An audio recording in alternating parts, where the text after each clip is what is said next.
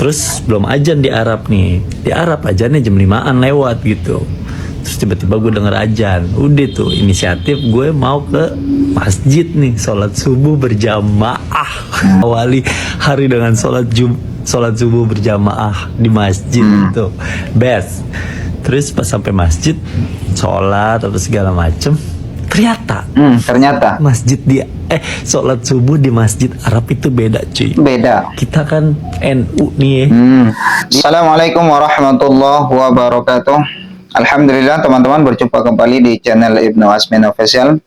Mudah-mudahan kita semuanya senantiasa dalam keadaan sehat walafiat dan tetap istiqomah di jalan Allah Subhanahu wa taala.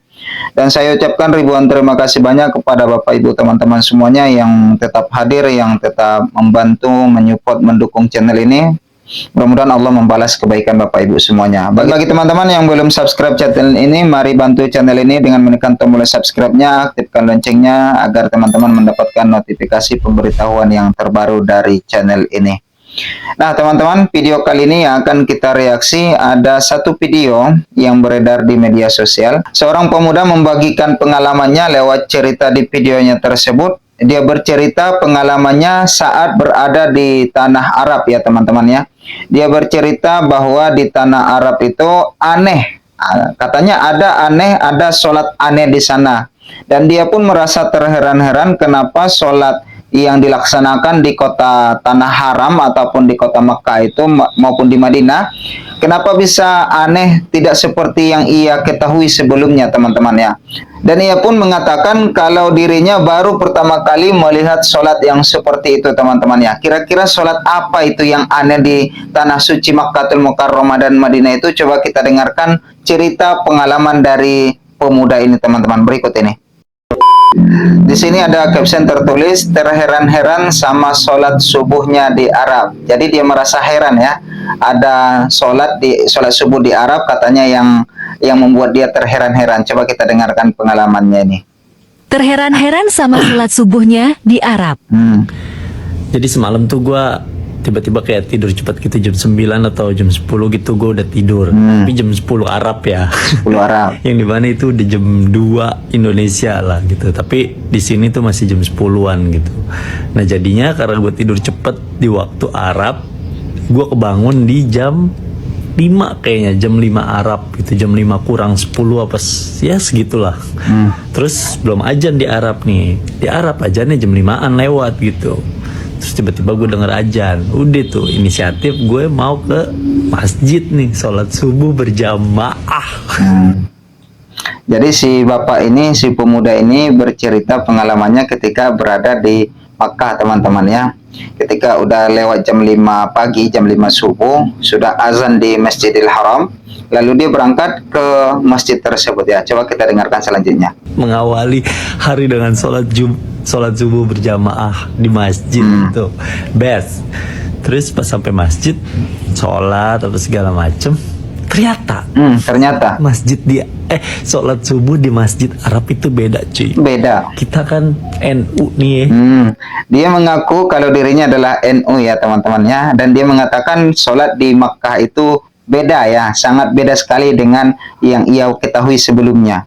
Sholat subuh biasa ada kunut dia. Ada kunut ya. Tengah tuh ya kan, di rakaat kedua setelah ruku kita bangun. Allahumma fiman hadait gitu ya kan. Ya. Nah ini enggak cuy. Orang Arab tuh nggak ada kunut. Nggak ada kunut ya. Rakaat pertama abis lu baca Al-Fatihah.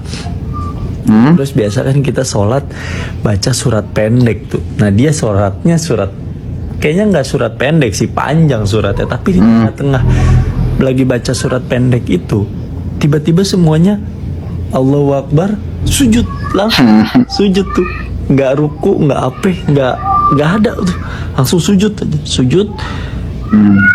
Gue ngerasa kok langsung sujud, perasaan belum ruku nih. Perasaan aneh gitu ya, baca surat pendek nih, terus habis sujud. Jadi si pemuda ini bercerita ketika sholat subuh di Makkah, katakanlah di Masjidil Haram ya teman-teman ya.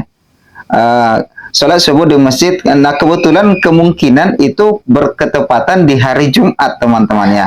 Dia ikut sholat subuh berjamaah di masjidnya. dia tidak melihat ada kunut di rakaat kedua, tetapi yang aneh baginya di rakaat pertama itu habis Fatihah baca surat ataupun surat yang dibaca oleh imam tersebut, tiba-tiba pas di pertengahan surat tersebut langsung sujud, kata pemuda ini teman-teman. Nah, itu disebut dengan sujud tilawah ataupun sujud sajadah teman-teman.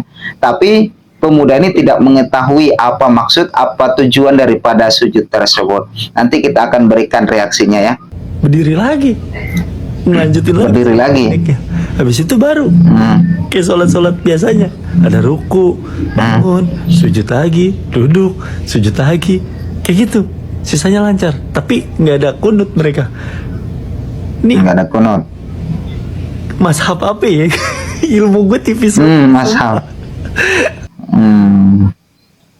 Dia mengaku dan bertanya, ini mazhab apa, kata dia teman-temannya. Sebenarnya masalah sujud sajadah itu tidak perlu mazhaban teman-teman ya. Dan yang kedua juga memang perlunya kita berilmu sebelum beribadah ya. Di sini garis bawahnya ya. Gue taunya cuma sebatas NU sama Muhammadiyah udah. NU pakai kunut, Muhammadiyah kagak. Ini ada baru lagi nih. Bukan baru bos. Coba yang tahu kasih tahu gue ya. Tulis di kolom komentar. Oke. Nah, itu dia pengalaman dari si abang tadi teman-teman ya. Bercerita membagikan pengalamannya ketika berada di kota suci Makkatul Mukarramah. Sholat subuh berjamaah, tiba-tiba di rakaat pertama katanya dia merasa terheran-heran. Pas di pertengahan bacaan ayat ataupun bacaan surat di rakaat pertama itu, tiba-tiba imamnya sujud. Tidak pakai ruku ya. Langsung sujud. Allahu Akbar, langsung sujud. Setelah sujud lalu bangkit lagi, naik dan dilanjutkan baca surat lagi, dan kemudian selesai baru ruku, yang tidak sujud dan seterusnya. Nah, di sini tadi kalau si abang tadi memang mengatakan dia tidak tahu ilmunya dan dia bertanya apakah ini mazhabnya apa seperti itu. Nah, mungkin teman-teman kita lihat dulu bagaimana sih sebenarnya sujud sajadah yang ia ceritakan yang berada di tanah Arab tersebut. Coba kita lihat videonya berikut ini. Ketika sujud tilawah di masjid, Ini dia ya. Nah, masih ada yang ruku, padahal yang lainnya sujud ya. Ada yang ragu-ragu ya, ragu-ragu. Ini ruku atau sujud? Nah, langsung sujud. Langsung sujud ya. Banyak yang ragu-ragu teman-teman ya.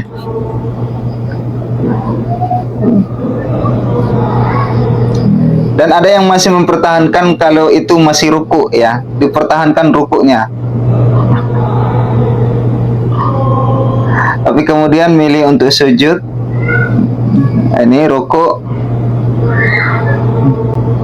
diambil sujud lagi, diikuti yang di sebelahnya ya.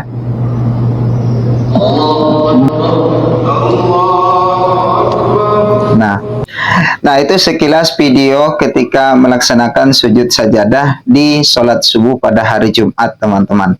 Nah, yang pertama yang perlu kita garis bawahi adalah itulah pentingnya berilmu sebelum kita beribadah. Ibarat sebuah pepatah mengatakan tak ada gunanya pohon tinggi-tinggi kalau tidak berbuah, ya seperti itu teman-teman.